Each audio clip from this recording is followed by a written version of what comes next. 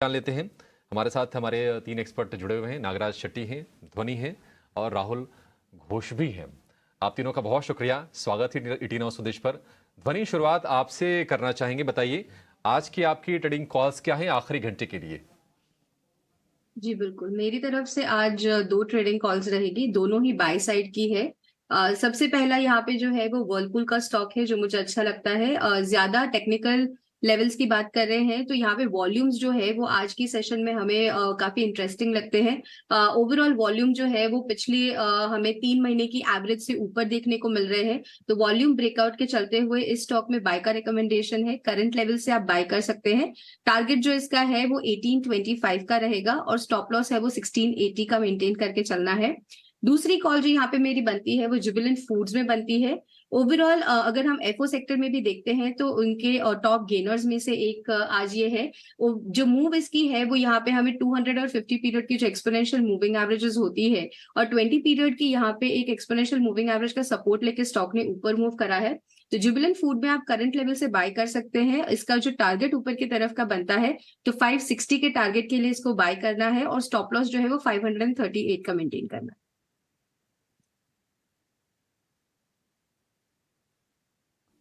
ठीक है, बढ़िया है। तो 2 शेयर और दोनों के दोनों जो शेयर हैं ध्वनि के, वो खपत वाली सेगमेंट के हैं।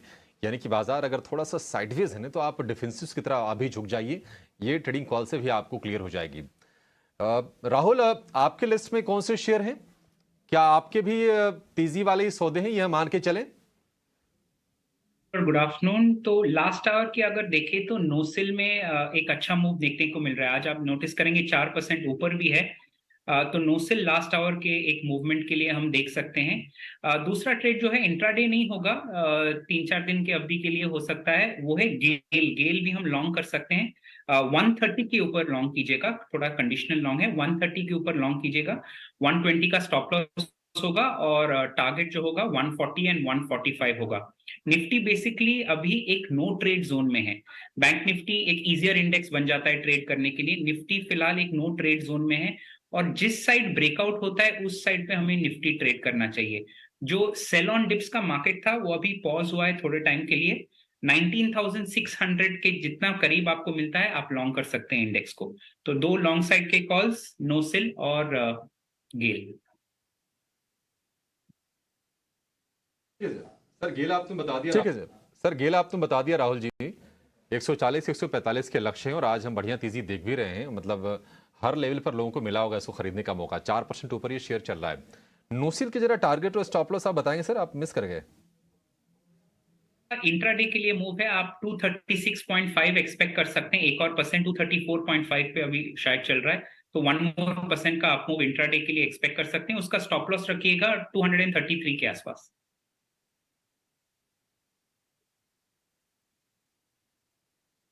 अलग अलग स्टॉक्स हम पता कर रहे हैं। नागराज शेट्टी से भी उनकी ट्रेडिंग कॉल्स ले लेते हैं। एक चीज़ तो बहुत साफ हो रही है कि जो ट्रेंडिंग स्टॉक्स हैं वही एक्सपर्ट पकड़ रहे हैं।